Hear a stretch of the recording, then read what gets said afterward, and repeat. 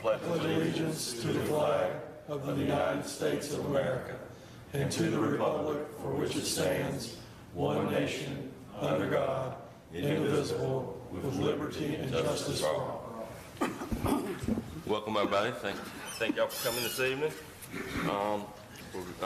First item of business is the approval of the minutes from January the 23rd. Are there any corrections, changes, questions? No? All right. If not, then we'll approve those minutes as submitted. Next item, report of town manager, Mr. Warner. Thank you, Mayor Black, members of council. I just wanted to report this past Friday, the Town Economic Development Authority met to discuss the Bedford Middle School project. Members voted to grant an extension of the performance agreement to Waukesha, subject to approval by town council, to January 1st, 2025 for the apartments in the main brick building and to April 1st, 2025 for the boutique hotel in the yellow stucco building, those dates being the targets for substantial completion as defined in the performance agreement. Also wanted to note that Dave McCormick is offering rescheduled tours of the site to members of the EDA as well as council members on Thursday, February 22nd, and I trust that many of you have already coordinated that with Ms. Anderson. On a happy note, our local school wanted to extend congratulations to the Liberty High School Scholastic Bowl team, which won the Region 2C championship and will compete for the state title in Williamsburg next weekend. A couple of administrative notes. I will be away from the office from Wednesday through Friday this week to attend the Virginia Local Government Management Association Winter Conference in Roanoke, and town offices will be closed on Monday, February 19th in observance of a state-recognized holiday. And that concludes my report, but I'll be pleased to respond to any questions you may have. If you have any questions, Mr. Warner? None? All right. Thanks, sir. Next item, appearances before council. We have one person signed up this evening, Mr. Chapman. If you would come and give us your thoughts, and when you come, just for the record, just give us your name and your address, and then give us your thoughts.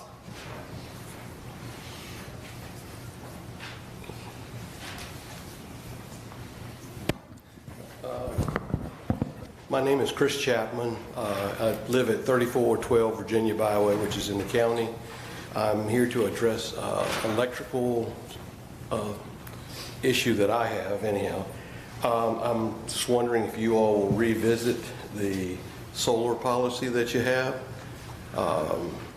Everybody but the municipalities like you all give people credit back towards their electricity that they send back to you. I have a battery, but it still does not capture enough that I still send a lot of my power back. I still have a bill that's about $170 to $200 a month, even though I have the solar on my house. When I first put it in, we didn't have the right meter, so I was paying for it both ways, and I still haven't been compensated for that. Even what I was sending back and what I was using. So I still need to get that taken care of. And I was told at one point that you all were losing about $1 million a year on the electric company. And I know you all are looking at the budget tonight, but if that's the case, maybe you need to look at letting someone else purchase it so that you don't have to deal with that loss each year. And my last thing was, we in the county don't have any voice. You all are for the city. You own the electric company, but you all go out quite a ways in the county. You go all the way to Big Island, and you go down to, I can't remember the name of the road. It's, but on 122, it goes on down halfway to Moneta, and I don't know how far it goes each way. I know on 43, it goes down just a house past mine, which is about 3 miles out of town. So, you know, we'd like to be represented too, if you could. Okay. And that's it. Thank you. Okay. Appreciate it. All right. Anybody else wish to speak tonight? No? Okay. Report of council committees. I don't believe any committees have met. And there's a committee meeting this Thursday for the finance committee. Okay. Revisions to the agenda. Mr. I will Warner? note that item 4 and item 5 of new business will not be heard tonight. We need to conduct public hearings in conjunction with both those. Those will be advertised and will appear on February 27th. Right. So that's the quitclaim deed and the easement? Okay.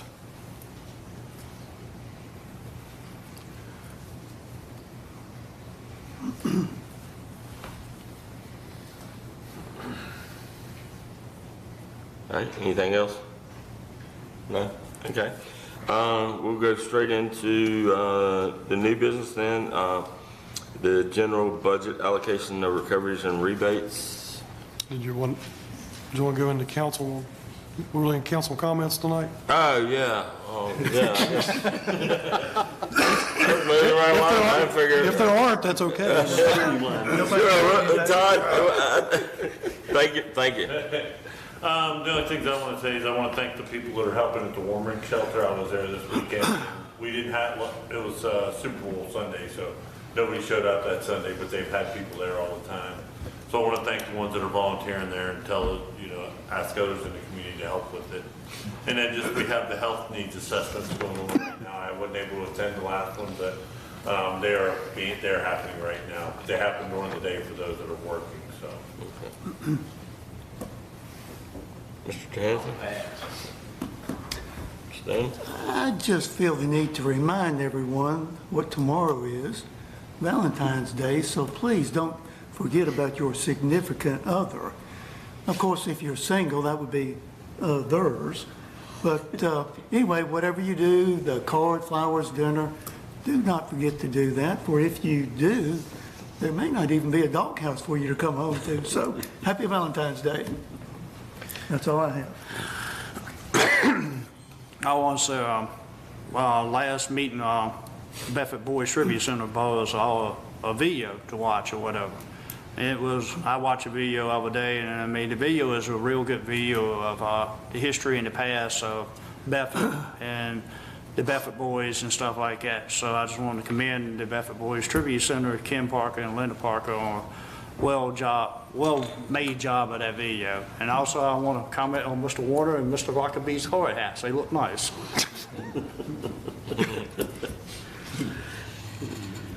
Mr. Carson? Yeah, I just want to say congratulations to Liberty. They seem to be doing pretty good this year, different things.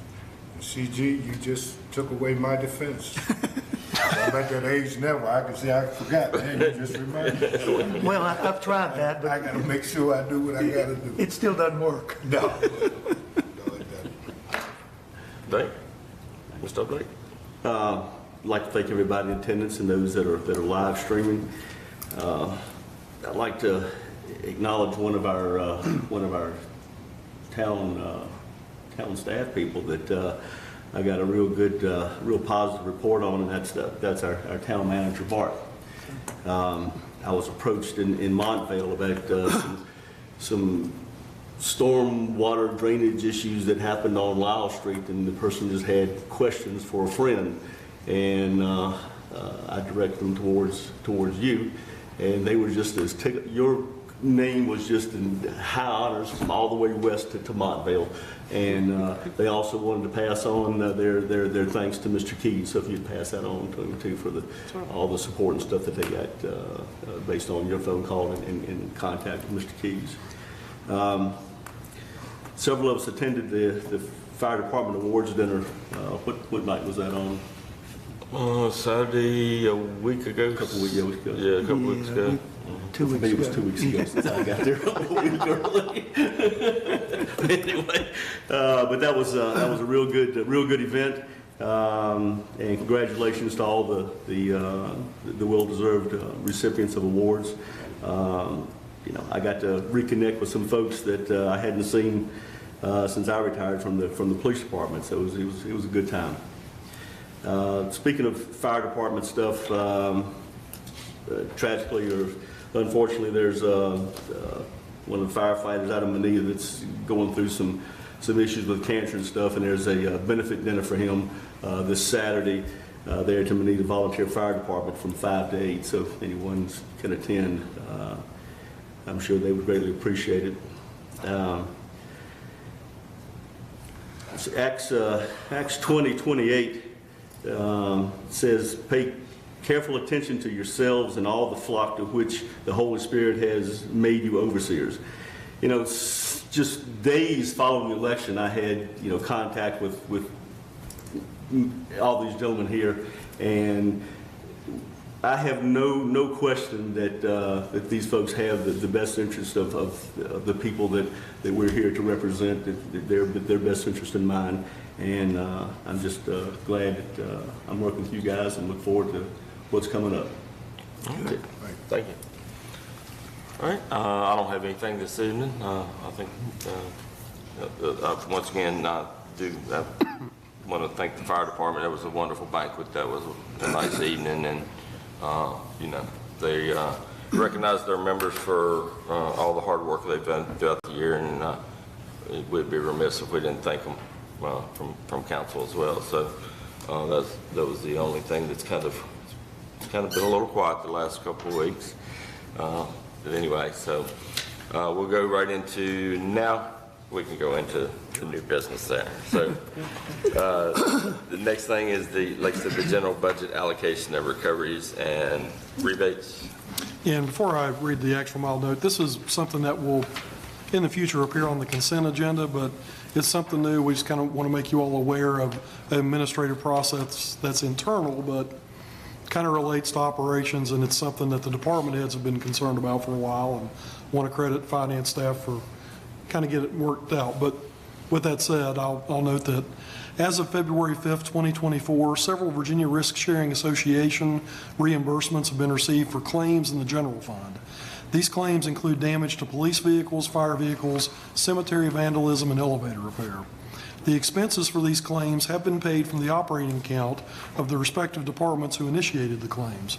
Staff is requesting a budget amendment to appropriate the revenue and expense of insurance claims to the appropriate general ledger accounts. Basically, what we're asking you to do tonight is to approve the budget amendments which appropriate the insurance payment we received to the departments for municipal building maintenance, general properties maintenance, fire department vehicle supplies and parts, and police department garage materials and supplies. And effectively what this is Versa is our insurance carrier. When we get insurance payments for certain claims, we put that money back into the department. So we repair the vehicles, fix the elevator as the case may be, and the departments are made whole. And we'll do that in the electric fund in just a minute too. Any questions? All right. Do we have a motion to? So moved. Second. So I have a motion by Councilman Johansson, second Councilman Haley. Any further questions? Nope. Okay. Roll call. Mr. Carson. Aye. Mr. Foreman. Aye. Mr. Haley. Aye. Mr. Johansson. Aye. Mr. Stanley. Aye. Mr. Updike. Aye. Mayor Black. Aye. Motion carries, all members voting aye. All right. Next item is similar, electric budget allocation of recoveries and rebates. Similar song, different verse. As of February 5th, 2024, the revenue account for recoveries and rebates in the electric fund has exceeded the appropriated budget by $179,106.24 due to payments received for surplus, scrap metal, and insurance reimbursement. Tonight, Town Council is requested to approve a budget amendment which will appropriate budget from the revenue line items for recovery and rebates and the transfer in for electric to the transfer to electric capital projects and infrastructure improvement and extension. The request is to move the money into the infrastructure improvement account to finance small capital projects throughout the year. Any questions or motion to? So moved. All right. We got one. Second. Councilman Foreman and Councilman Haley. Mr. Foreman. Aye. Mr. Haley. Aye. Mr. Johansson. Aye. Mr. Stanley. Aye. Mr. Updike. Aye. Mr. Carson. Mayor Black. Aye. Motion carries, all members voting aye. All right, next item is real estate refund to Bedford Residences LLC. Bedford Residences LLC is the owner of parcel ID 805000871 and applied for review of the 2023 real estate tax assessment by an assessor. The assessor requested supporting documentation from Bedford Residences LLC that was unavailable during the 2023 reassessment. After the assessor's review, a recommendation was made to the Commissioner of the Revenue to lower the 2023 real estate tax assessment. The Commissioner has accepted the assessor's recommendation and corrected the real estate tax assessment for 2023. The taxpayer is due a refund for overpayment of the 2023 real estate taxes in the amount of $19,382.16. In accordance with Section 58.1-3981 of the Code of Virginia, staff is requesting that a refund be given to Bedford Residences LLC in the amount of $19,382.16. Tonight, Town Council is requested to consider approval of a partial refund of the 2023 real estate tax to Bedford Residences LLC based on the change in the assessment. Before we make a motion, we do have the Commissioner of Revenue here with us tonight and her deputy with the real estate department. I asked them if they would be willing maybe to just explain kind of the process a little bit on what happened, and they just, because this is a substantial decrease of about 66% in the assessed value. I think it behooves us to understand, not that there might be anything we can do to change that, but this is this assessment will stay in place for 4 years, according to Mr. Lockley, there could be a process if we decided down the road we thought it was appropriate to maybe challenge it, but I'm not suggesting that. But and I had a call with Ms. McCauley today. She offered to explain it or have the assessor explain it, at least to me, so that I can explain it to you all a little bit more detail, which I appreciate that. I appreciate you taking my call today. Like I said, I told her I kind of disagreed with it. I have a little bit of experience in this world, spending 20 years in commercial real estate, but I'm willing to listen to the assessor, so that I can be able to explain it, because I mean it's a pretty large anomaly. So, if there's anything else, Tracy or Callie, if you all would like to explain to help us understand the process a little bit too, I think ultimately at the end of the day, we probably got to make the decision to refund this, but ultimately we want to understand, because it's a fairly substantial change. Yes. Anyway, thank you. My name is Callie McCauley. I'm the Chief Deputy Commissioner of the Revenue for Bedford County. My address is 1527 Owltown Road, Bedford, Virginia 24523. Bedford Residences purchased formerly known Elks Home after January 1. The prior owner received the real estate reassessment notice and the 2023 real estate tax bill. So they didn't even realize what the new 2023 reassessment value was until well into July. The year following reassessment, taxpayers had the opportunity to contest their assessment with the assessors and the Board of Equalization. Bedford Residences applied for a review of their assessment in November of 2023. Our office and the Board of Equalization felt that it would be best that an assessor review this assessment, as it was very complicated. The assessor came back to us with their recommendation and we accepted. It is the duty of the Commissioner of the Revenue to assign real estate assessments based on fair market value, which we agree with the assessor that this is the fair market value assessment for this property. Obviously, the 2023 real estate tax that had already been charged, Bedford Residences had already been paid them. So at this point, since the refund amount is over $5,000, we have to present this to the Board of Supervisors for the county and the Town Council for the town.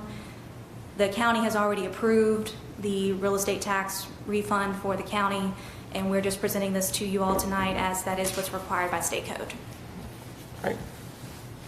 Does anybody have any questions, Ms. McCollum? So they went through the same process with the Board of Equalization that everybody else does then? Yes, sir. Okay. Okay. And if this was under $5,000, it wouldn't be presented tonight. Right. Right. Can I ask a question? I'm sorry, because I had spoken to Mr. Skelly this morning, and apparently I misunderstood, maybe he misunderstood as well. Was this an order of the Board of Equalization, or is this a certification of error by the Commissioner of the Revenue? Well, the Board of Equalization felt that the assessor would be better to review this, and so we took it over at that point. So the Board of Equalization didn't sign off on it or anything like that. Okay. At that point, we took it over as an error on our part. Okay. Thank you. That's what Patrick said, but I was curious what the Board of Equalization had to do with it. but Gotcha. thank Well, you. they were still available. They are hired for the entire year after reassessment. Right. But again, it was just felt that the assessor would be the best person to review this as it is complex commercial. So it didn't go back to them for them to sign off on? It did or- not. Okay, all right. And this was someone from Wingate that came back, or, Yes, it was Don Thomas. He's the CEO of Wingate Appraisal Services. okay.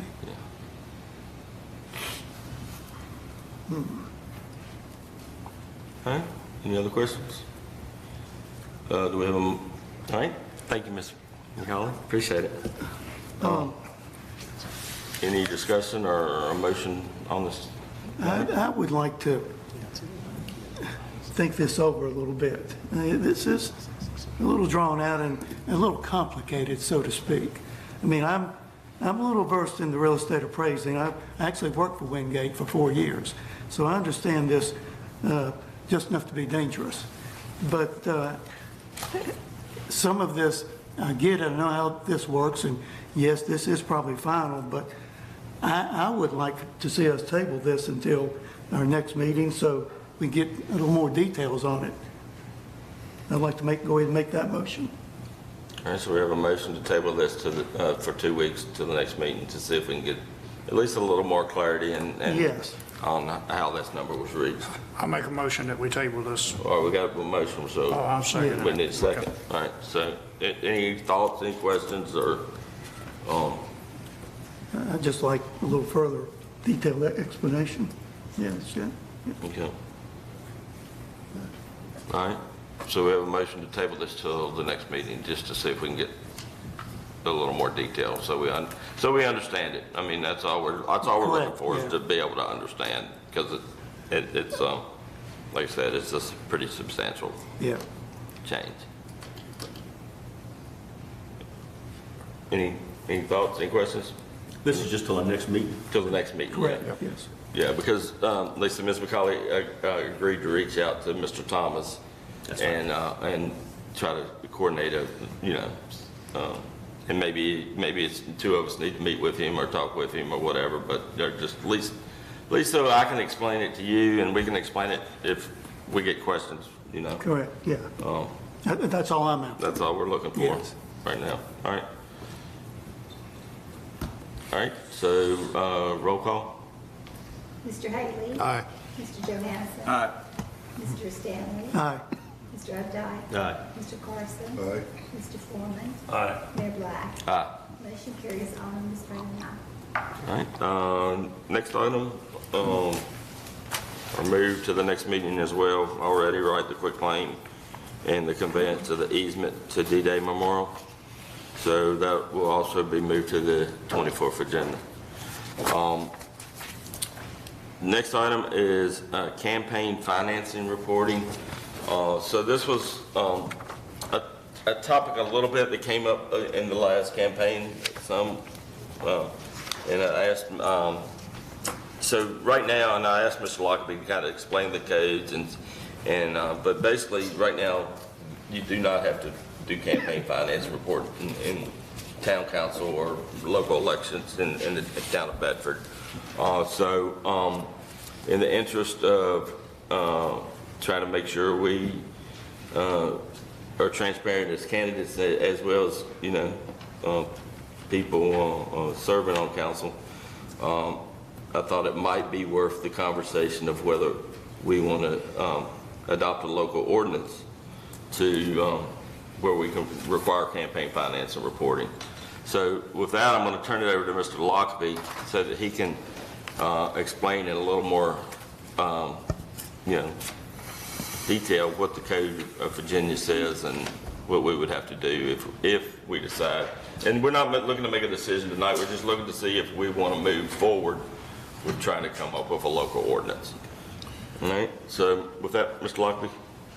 Well, thank you, Mr. Mayor.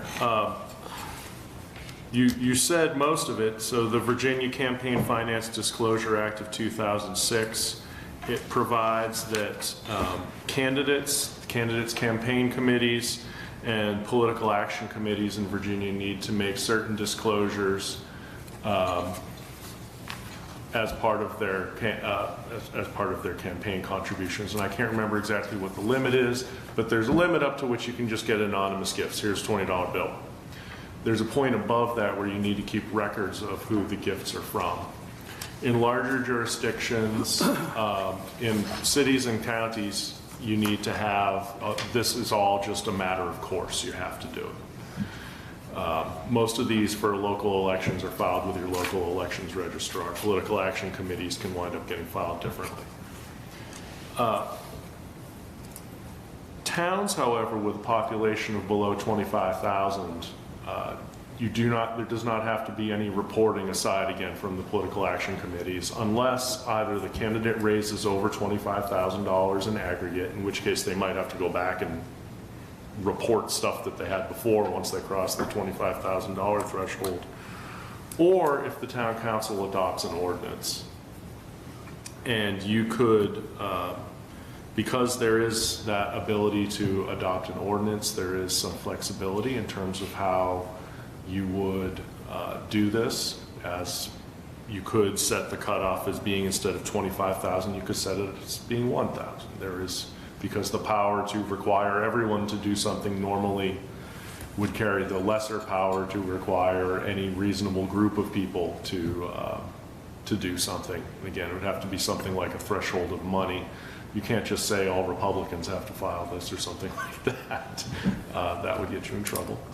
But if you had a reasonable cutoff, you could also set it up that way. But in any event, the question is whether you think that town council candidates should be subject to the same reporting requirements or similar reporting requirements to what Board of Supervisors members are. All right. Any thoughts? Do we know why the original act said everything but populations below 25,000? Why do we come to that particular threshold? I have no idea, because the city of Norton's got 3,400 people, which means they're about half the size of Bedford, and everybody there has to do it to run for city council. I'm guessing that, again, this is total guesswork on my part, but there's a few towns like Blacksburg is one, Leesburg is another, Vienna, that they have, 30, 40,000 people. They're as populated as many counties are, right? And more populated than many cities. That puts them as being probably bigger than Salem. So it makes some sense to have a cutoff somewhere, but why 25,000? I have no idea. Because there are also towns with 800 people, and it just doesn't make sense for them. Yeah.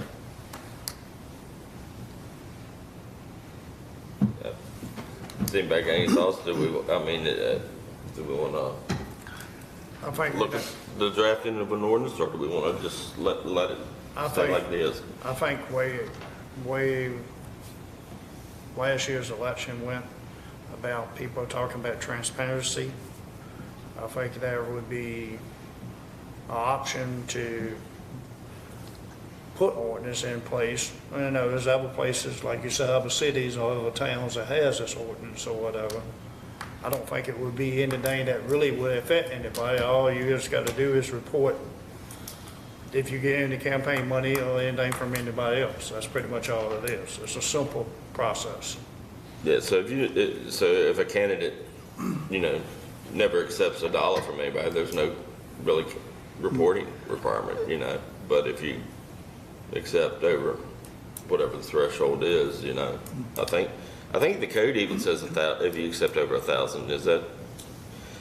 I think that's right. 1,000 is actually the cutoff Right. in state code as well. Right, yeah, so that you would have to, I think the key there is what Stacy said, transparency. I mean, my first campaign, I got donations, and I think it totaled about $500.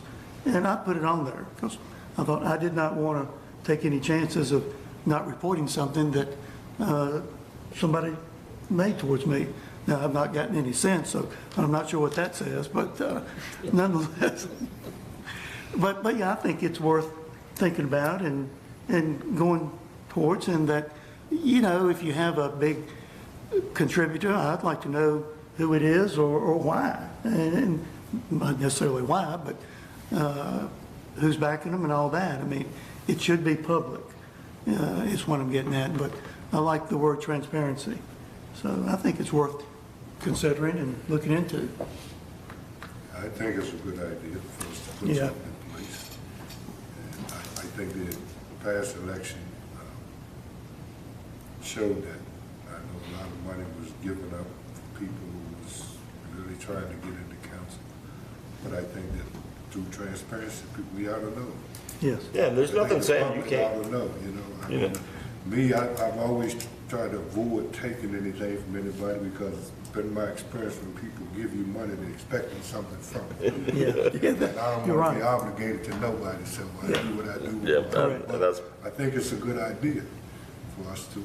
And there's nothing wrong with raising money to run a campaign. I mean, there's absolutely nothing wrong with that. I mean, It's not. and, you know, but like I said, people should have that option to know Yeah. who's financially backing somebody, just to, like I said, for transparency purposes. Correct. Would this be for just anything that you got over $1,000 or under? I mean, would we set a, Well, I think I think the code is anything in aggregate maybe over $1,000. So, like for the Board of Supervisors, any donation they receive over $100 has to be reported, you know. But then you have to report your expenses too, you know. So if you spend, do you have to report your expenses if you do not take donations? That's one thing I wasn't really sure on. But it's almost like a loan from yourself to pay for the expenses for things you spend. I believe that's right. There is actually a whole, probably shouldn't be using this. There's actually a whole guide that's put out by the State Board of Elections that states it in I mean, it's written by bureaucrats, but still, it's more straightforward than the statutes that I have to read. And I can certainly send that to you all for you to look at if you have further interest in this matter.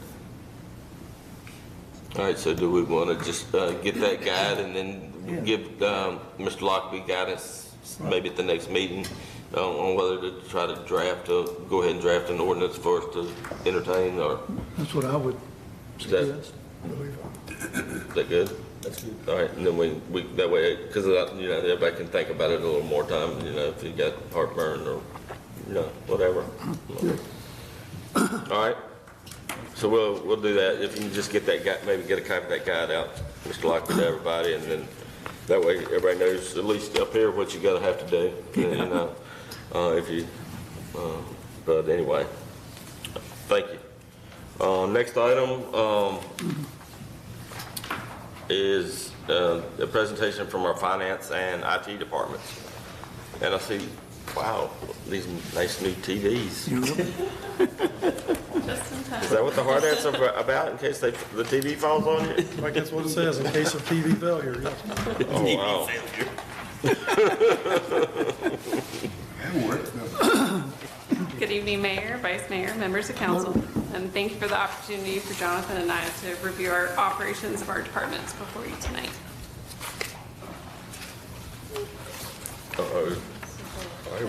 We don't have both of them? Or is the other one just for show right now? That one's not working, all right. All right, well, It's okay, you can proceed, I know what you do. This one's working.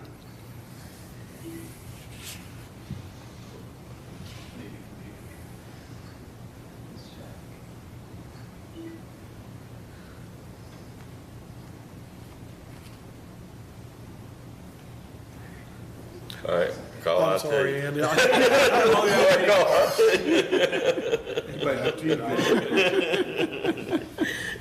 There you go. Okay. We're good. See, Jonathan pulled me out tonight, thank you.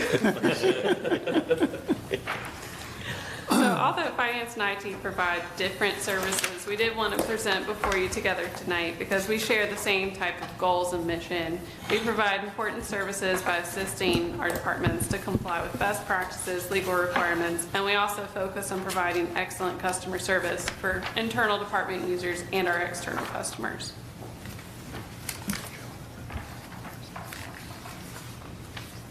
Here's a quick view. So although the Finance Department and Treasurer's Office is one department, it's rather large to show it on one screen. So I wanted to show you in segments of what we do. So this is the Finance Department. So you'll see I'm here as the Finance Director. Underneath is our Assistant Finance Director, Crystal Hosey, and then Human Resources Assistant, Beth Clayton. Our Utility Billing Supervisor and Finance Administrator is Chris Pack, followed by our Utility Billing Clerk, Perry West.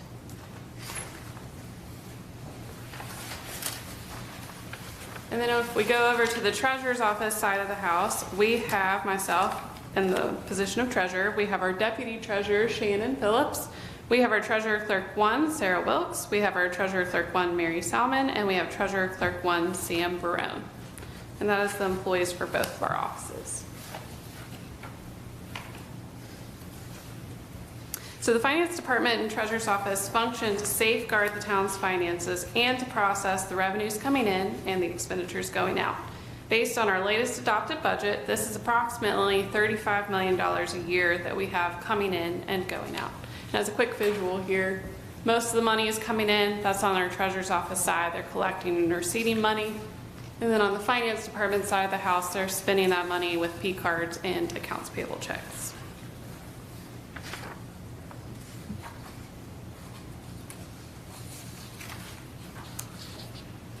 All right, so the Finance Department works really hard on two very important functions for the town: the budget and the audited financial report. Our documents both receive awards from the Government Finance Officers Association, also known as GFOA, and they're made available on our website. This represents a significant time investment from our staff, and we appreciate the support we receive not only from management and council, but also from departments and staff to produce these really important communication documents.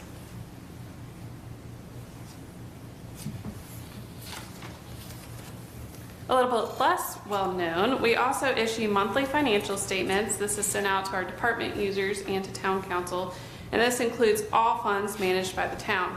These reports include a balance sheet and a year-to-date budget report, which is essentially another name for an income statement. However, there's one function you probably all know us for, and that is checks and bills. So no matter if you're an employee or a citizen of the town, you've probably received a communication from us in that form.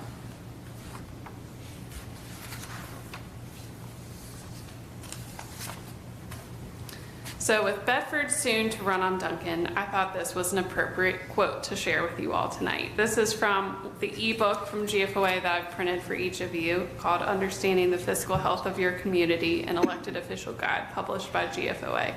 So while America runs on Duncan, governments at all levels run on public monies generated through taxes, fees, and rates, intergovernmental grants, and loans, and for capital improvements through borrowed money from the capital markets or financial institutions to assure accountability, transparency, and long-term stability in the use of these funds. The Governmental Accounting Standards Board, also known as GASB, sets standards for measuring and reporting activity in accordance with generally accepted accounting principles, GAAP. We love our acronyms in accounting. You will see them very often. So this is a special standard that we follow. Most of the world follows FASB, which is the Financial Accounting Standards Board, but government is unique enough that we have our own accounting standards board called GASB. So that's one of the things that we focus on in finance, is making sure all of our transactions are appropriate and they're closed out with those standards.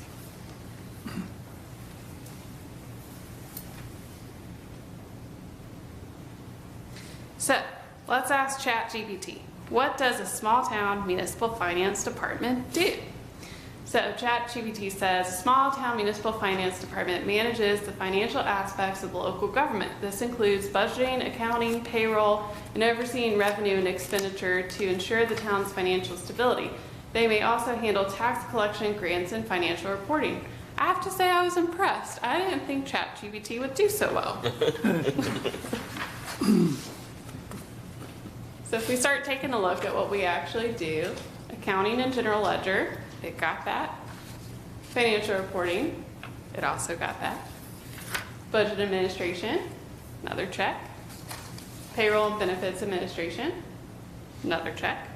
Now there's a couple things here that we do that is kind of unique. It's not always done in finance in every municipality.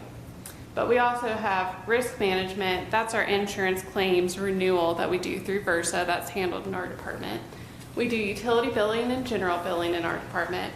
We also do debt management, so that includes compliance, sending that document that says we comply with all rules of our loans, payments on debt, and issuing new debt. We also do purchasing. This not only is the bids and the RFPs, but also managing our purchase cards or credit card program, and then policies and compliance.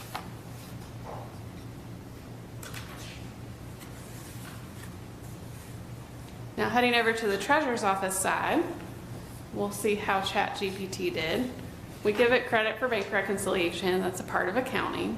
It also got the payment processing, and it got collections.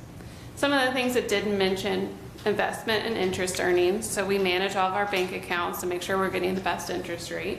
We also do real estate and personal property billing, and we do unclaimed property reporting in the treasurer's office.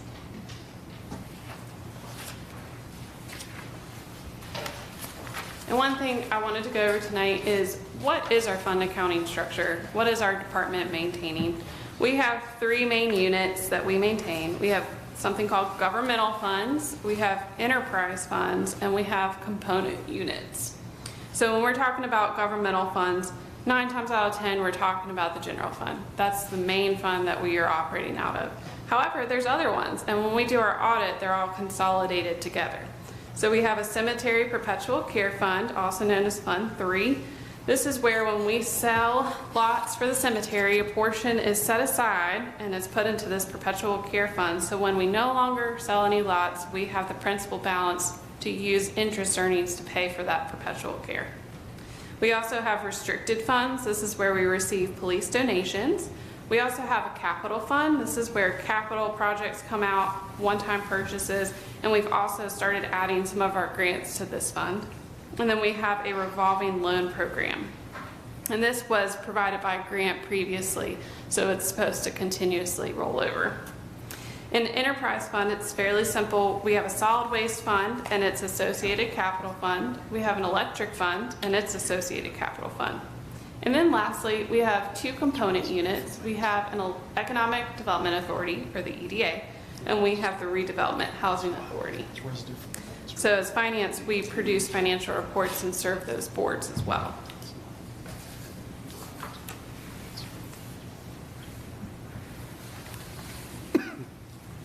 So one thing that's helpful for me, I'm kind of visual, I wanted to show you all a timeline. What is our department doing? When does it fall? And so our treasurer's office, they handle investments, bank reconciliation, payments, meals tax collections, cutoff stops. That's every month as needed all year long. Personal properties, that's a one-time event. We do have supplementals that go out throughout the year, but our big billing is once a year. That's in October, November, December. Real estate has 2 pieces, first half and second half, and that's in April, May, and then October, November, December. Audit process, this is a big one. It takes about 6 months for us. Preliminary audit starts in May. Our auditors come on site, and we finish with the audit presentation around last meeting in November. Budget process, this is actually longer than the audit process now. We start talking to our departments and opening it up around October, and then we're adopting our budget by the last meeting in May. Yeah, if you don't want to zoom, let's zoom. Just real quick, where are we kind of in that, on the timeline of the budget process? If you don't mind, that's not really We're on schedule to present the draft in March, so, In March, we'll get the draft, okay, yeah, I am very curious to hear the Finance Committee's discussion Thursday night. okay.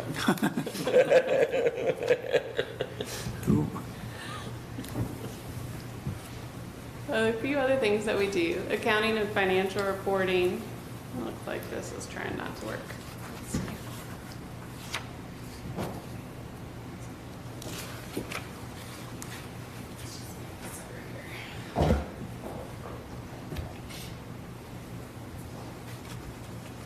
We also do, so accounting, financial reporting, payroll, risk management, utility billing, general billing, purchasing, that's just continuous. So our finance department is doing that all year long.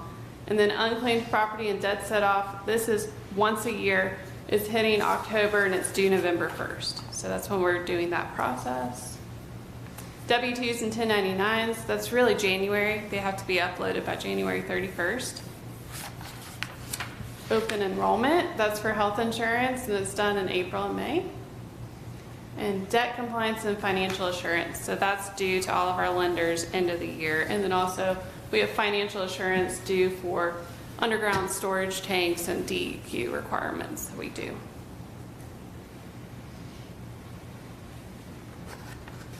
So the next thing I wanted to review is some of our work volume. Just to get the numbers out there, I thought it was really great when I pulled them. We prepared 82 audit work papers, 4,601 journal entries, 66 purchase orders. We processed 7,458 invoices, which turned, some of them could be consolidated into one check. So we processed 3,959 checks, and that's an average of 76 checks per week. And unfortunately, we do have to hand fold and stuff those, so it takes some time. We do payroll checks and direct deposits, 2,627. 205 HR changes processed. And this is the big one, 87,264 utility bills that were printed and mailed. And then utility work orders initiated. This could be for like meter checks, move in, move out, 2,168 for the year.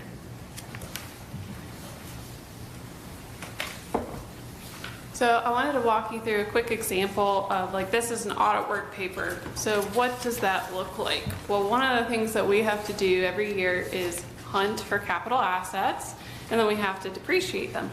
So around July, we'll start running this report. We actually filter it down to certain expenditure codes. It's really small at the top, but you can see this report's actually 620 pages. So we're going through the report. We're looking for items that might be assets and they're over $5,000. And once we get there, we're going and pulling the invoice. Okay, this looks like it might be an asset. Is it? So then we'll pull a copy of the invoice. This one I have on the screen is a traffic signal controller. It was for around $22,000. So yes, this is an invoice. We're going to depreciate it over time. So once we get a copy of all of our invoices, we're then going to calculate the asset value and depreciation. So we do this right now via Excel. We're going to start doing it in the software soon. But we'll put on our list, these are our assets. Here's the depreciation schedule. And then that goes into the final work paper that goes to our auditors that has the total values that go into our audit report.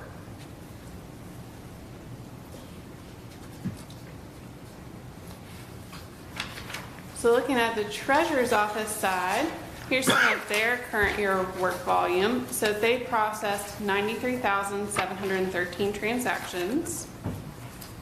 And if we have 3 payment clerks up front processing, that's an average of 31,000 transactions per clerk. And if you average it out, it's about 15 transactions an hour. And that's exclusive of them having to balance their drawers, answer phones, do other administrative tasks, check email. We processed 166 debt set-off claims, and we received $24,500 through that program. We processed 129 DMV stops. We issued 11,993 disconnect notices for utility. We actually disconnected 1,457. We sold 49 boxes of cigarette stamps. And that brings us to drum roll. How much paper does our office use? So this is also enlightening. If all of our processes use paper, which thankfully they don't because we're moving away from some of our paper, but we would use over 200,000 sheets of paper a year. That is more than one pallet of paper.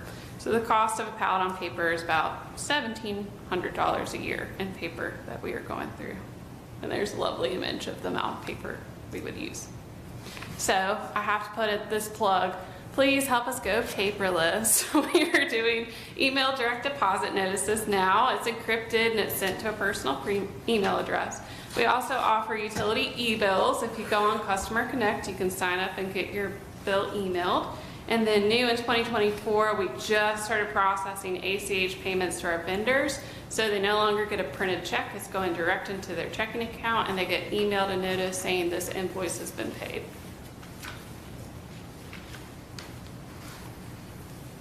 So a lot of you may remember on the left the green ledger book. I'm glad to report that ledger books are out and software is in. So almost all of our tasks now rely on software. We use Munis and Northstar. I'm also in Adobe Daily, and we're also in the Microsoft Office suite every day. Excel, Word, PowerPoint, you name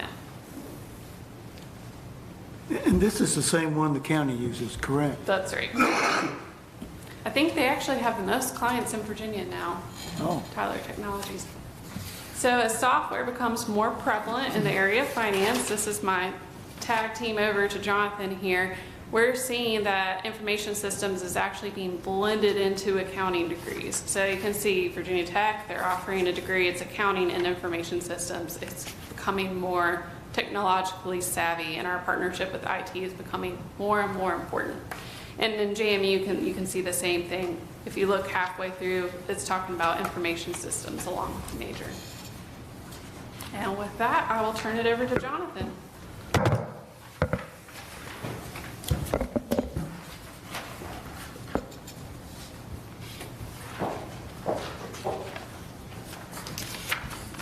Good evening. I'm Jonathan Holmes. I'm the town's network systems and network system administrator.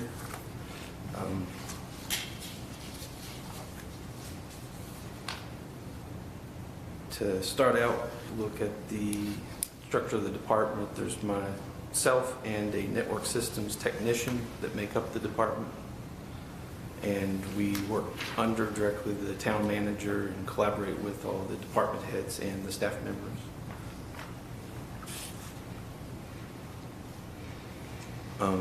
What do we support was effectively all technology issues we would be advising on and working with the support staff and department heads. That includes an on-site network, phones, servers, desktops, laptops, printers. It also includes door control and camera systems, which we sometimes work with vendors to support. That also support, or software support also is something that we do, as well as software development, but we don't do the actual development ourselves. That's actually with the developer that we would contract. Who we support, all departments and staff, and ultimately citizens. Two systems that we support that would impact the citizens directly are the utility billing portal and the town's website. We do have a public number that if we have any outages of those systems, that citizens could call and leave a message and let us know. That's listed there.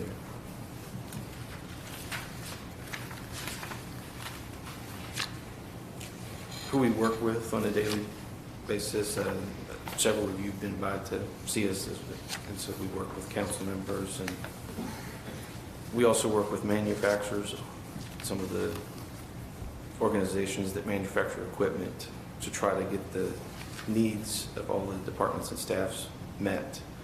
We would work with them to see what their capabilities are. We work with vendors in terms of professional services, in terms of software developers and cloud service providers. We do work with Bedford County GIS as they have a ArcGIS program. And ultimately, regulatory agencies, all of the devices and equipment we work with would come under some regulatory, and we would need to know about that.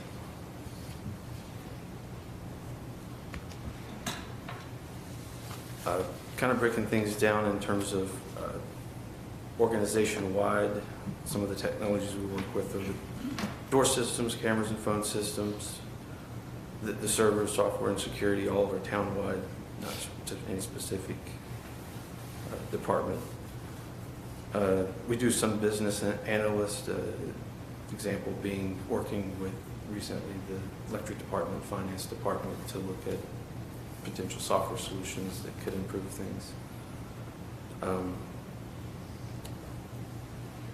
Network engineering, we do all of that work ourselves, with the exception of cellular, which is with we collaborate with the cell phone companies to take care of those issues.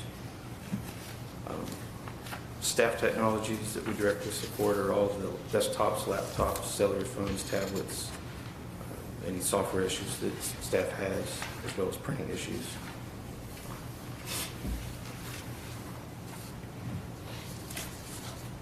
Getting more into the door, camera, and phone systems, we do key fob access programming, reporting, if there's reporting needed for key fob access usage, and any repairs would be initiated by communicating to us what needs resolved. And there's 15 managed DVR systems. The Mitel phone system that we have, we work directly with the provider that all phone calls that come in or out of the town phone systems come through a single communications channel, and if that has issues, we work with that vendor to ensure those are restored.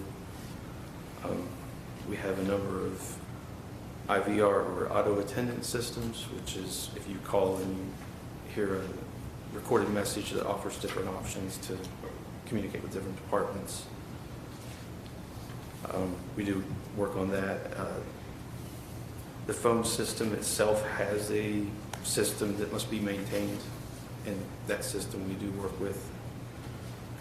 And all of the physical phones, if they have any issues, we work with those, and there are roughly 79 desk phones within the organization.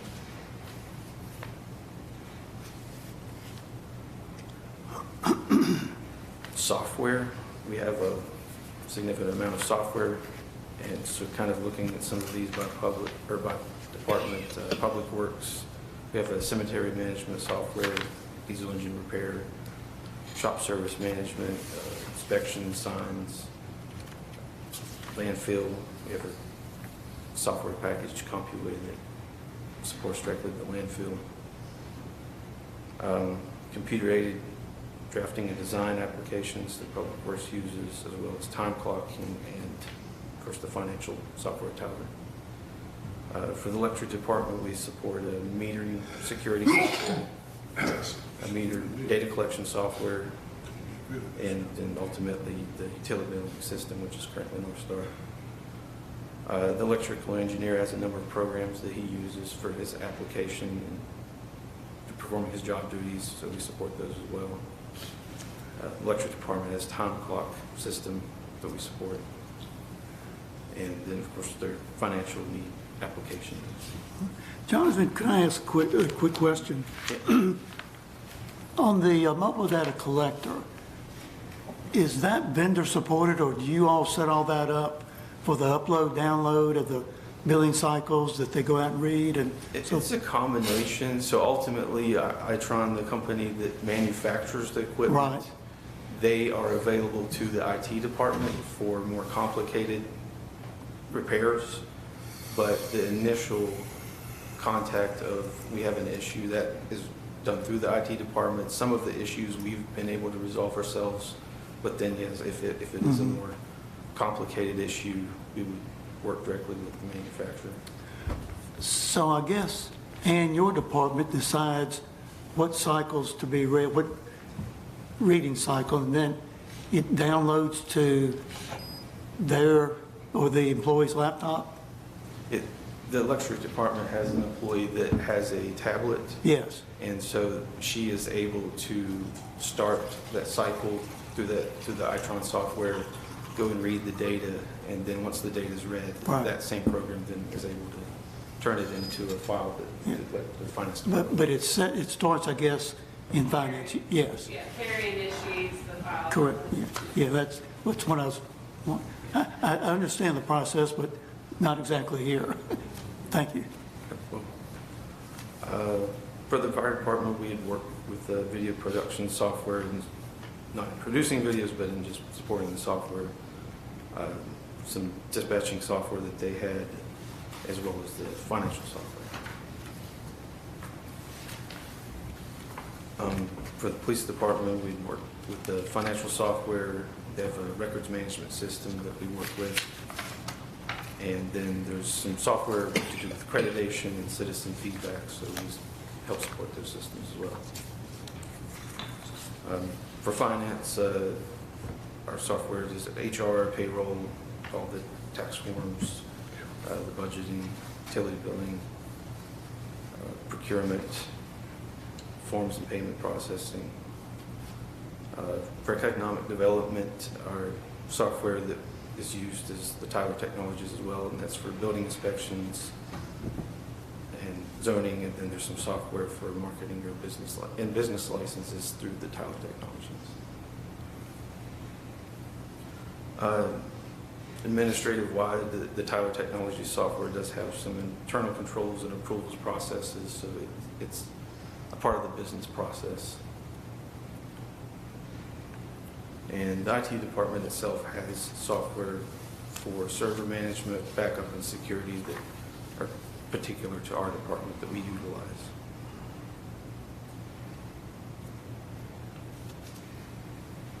We support servers. That includes, we have some power conditioning equipment that we support, that if that has any issues, and it also provides us reports that if there are power issues that affect our equipment, we are notified about those pieces of equipment. We have five physical systems, and recently one of those had experienced an issue, and we were able to resolve it and work with the, we have a maintenance contract, so the part was actually replaced at no cost. There's 28 systems that run on those 5 systems, and those are Microsoft Windows Server systems. So we administrate that completely. That's under our department's responsibility. We have 6 physical systems that we are in the process of deploying that will replace the 5 existing systems. And average life cycle is 4 to 7 years, and we are 8 years currently on the systems that we're running on. So we're in the process of replacing those with the new life cycle equipment. As a part of that process, we're always trying to design resiliency and duplication in the systems so that there's less chance of a total failure of systems or an outage that would shut down any departments. So I have a question. Is that replacing the one down at the electric department or replacing the one downstairs, or both of them at the same time? Because I think they tied into each other. The system we're replacing, that's all municipal. So it's not, it does provide some of the abilities that the electric department does depend on these systems, but it's not, I'm not sure to what system you were speaking of at the electric department. Okay, because I know one time, a couple of years ago, I remember they was having some problems with the cooling or something, the one in the electric department or something, if I remember correctly. That's before your time. But I just want to know if it was replacing, because I knew they added the one downstairs, because we had an issue about, we lost information or something several years ago or whatever, and that's why I didn't know if they were replacing both of them or just one. Based on what I've seen, that must have been replaced in the server management software, so one of the pieces of software the IT department uses to manage all of those systems is server management software, so that's something that we have to procure and that we administrate.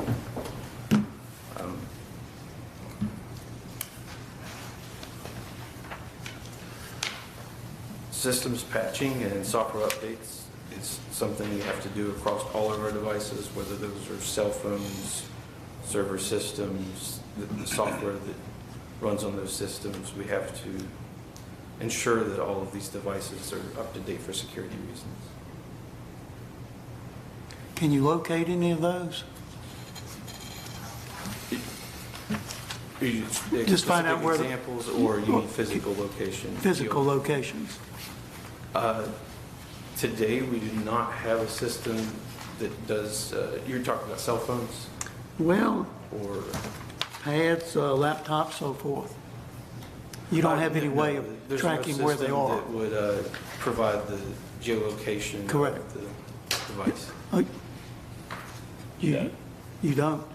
Do not. Okay, thanks.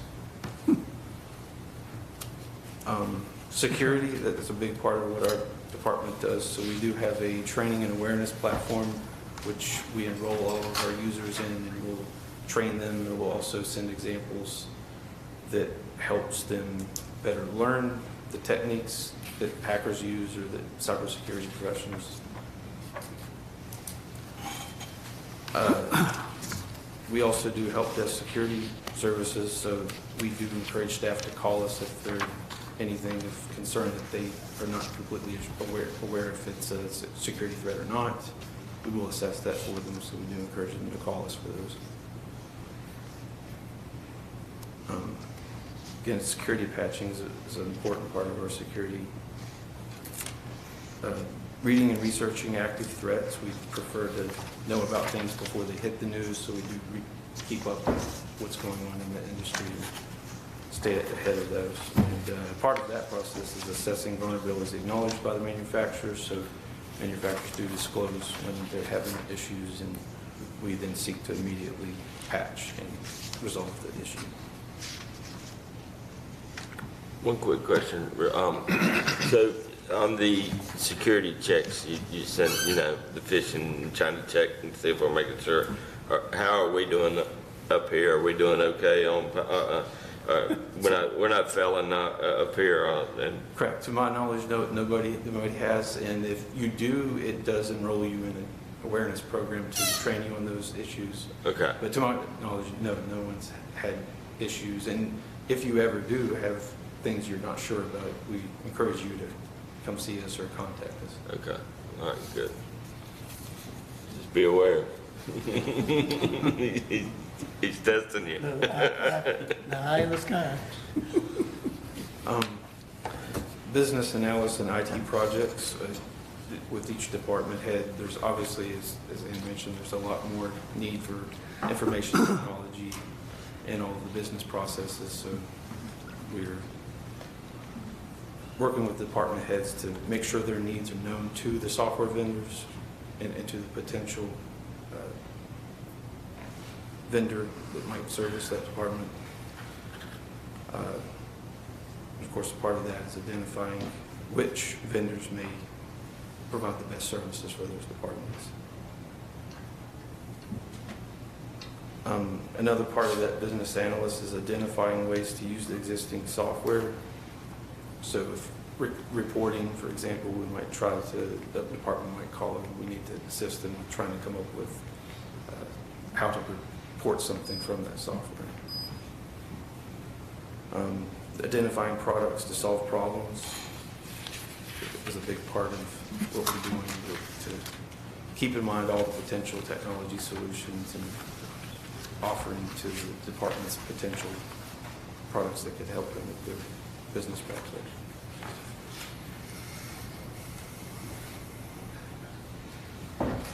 Again, our department does network engineering for the towns. That's including providing all of the addressing for the devices to ensure they're able to communicate, so that electric and public works and administration, everyone can stay in communication. We have roughly 25 switches that we program, patch, and repair. We have a firewall, which we can do geo restriction, stateful packet inspection. It does virus and malware blocking and compromised site blocking. And we have roughly 20 access points to provide wireless connectivity to users.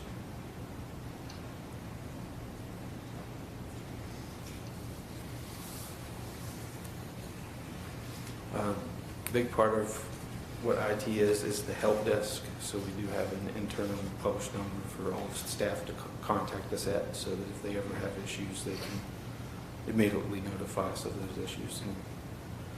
And, part of those help desk processes, we have roughly 129 desktop or laptop devices that we support. Looking at our software that helps us look at all of our assets that we have roughly 2,000 software packages, these various many types of software packages that the different departments could use. So a lot of them the departments are familiar with, but that's ultimately how many potential software packages we would have to. But they're not all in use. Those are installed, so those, as to whether or not the user's engaged with software. Oh. But, and some of that's Wow. going to not necessarily be procured software, but just is a user working with systems, you're going to have to interface potentially with a lot of software. Some of that is just to work with websites or other functions, and so ultimately IT might at some point have to help support the user with that. Mm-hmm. Printing, there's roughly 30 printers in our fleet.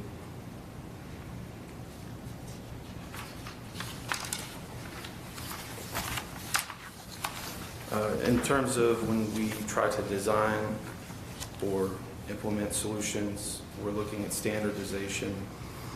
There's a lot of agencies out there that provide standards, and sometimes those standards will impact our manufacturer, so the manufacturer has to manufacture according to the standard, or a vendor. We might ensure that the vendor adheres to a standard to ensure that we're ultimately protected. Some of those standards come from CJIS, Criminal Justice Information Systems, the federal agency, GSA. There's also software processes, standards that we have to know about so that we can ensure that the vendors developing software are adhering to those processes.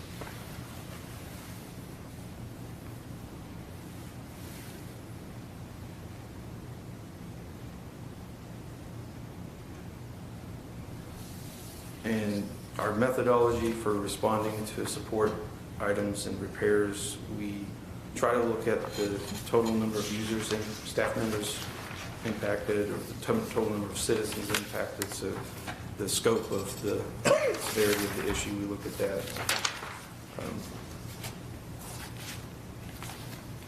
We also look at the potential for a total failure, so we may have a number of small issues that we would have to put aside for a period of time as we're ensuring that the entire system doesn't fail. So are you pretty much responsible, I guess, maybe for the business continuity plan as such, or are you a part of that, or do we have one, or? IT is a part of the business continuity. Okay, but we do have, yeah, so, okay. I didn't know who managed that. Yeah, actually, that's pretty critical to the mission of IT, actually. Yes, okay. Right. And this slide illustrates some of the systems we work with. A lot of our systems, we have to look at what the system's doing throughout time. So these are all screens that are not exact screens that we've looked at, but very similar screens to what we look at on a regular basis to track issues. When someone reports an issue, you're going to have to go into that system and look to see what it's doing. So log files these are some examples of the many screens we have to look at and analyze information with.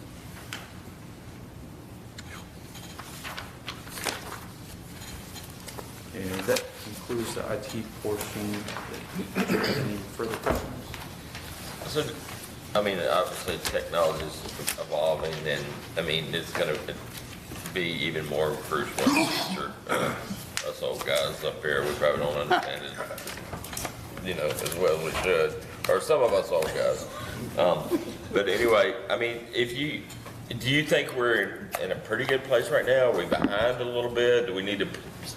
Does this need to become a little bit more of a priority from a, council kind of perspective to to kind of get us up to speed on technology or, you know, because. It's both. There's areas we're behind and there's areas we're up to date on. Okay. So I think it's definitely areas to be improved. All right. I'm sure y'all are working on that through the budget process, obviously, but, you know, that's something I don't think you can get too far behind on because it changes so fast, so anyway. Very much agree. And it's obviously crucial to any organization to have a, strong IT department. Yeah. Thank y'all for what you do because, I mean, with two of you on all, you just blow my mind, all that stuff y'all got to take care of with two of you, so thank you. Thank you. Thank you. Any other questions, or, all right? Nope, okay. So we're to, the closed session portion of the meeting. We, have two closed sessions, so, we need a motion to, we can combine these, right, Mike? So we, the first closed session is pursuant to Virginia Code 2.2-3711A3 and 8 for the purpose of discussion or consideration of the acquisition or disposition of land and for consultation with the town attorney regarding the legal status of such property where discussion is open session that adversely affect the bargaining position or negotiation strategy of the town regarding forest property outside of town limits in the Peaks Magisterial District of Bedford County. And basically, more specifically, a little bit, it's to understand the ownership position of some land around the reservoir, and the ownership position only. Closed session, and then the second one is a closed session pursuant to section 2.2-3711A1 of the Code of Virginia 1950, as amended to discuss personnel matters pertaining to the town manager contract. Basically, the conclusion of our review process with the town manager. So moved. Second. Got a motion by Councilman Haley, second by Councilman Carson. Roll call. Mr. Johansson? Aye. Mr. Stanley? Aye. Mr. Updike? Aye. Mr. Carson? Aye. Mr. Foreman? Aye. Mr. Haley? Aye. Mayor Black? Aye. Motion carries on unanimous vote.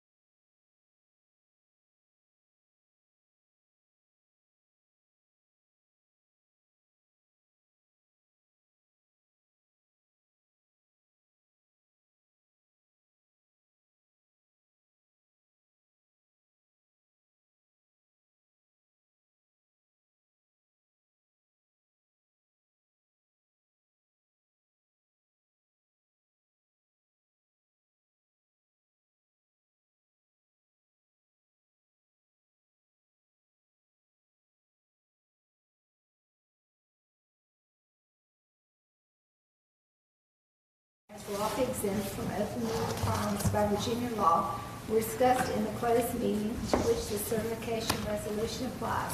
And two, only such public business matters as were identified in the motion convening the closed meeting were heard, discussed, or considered by the council.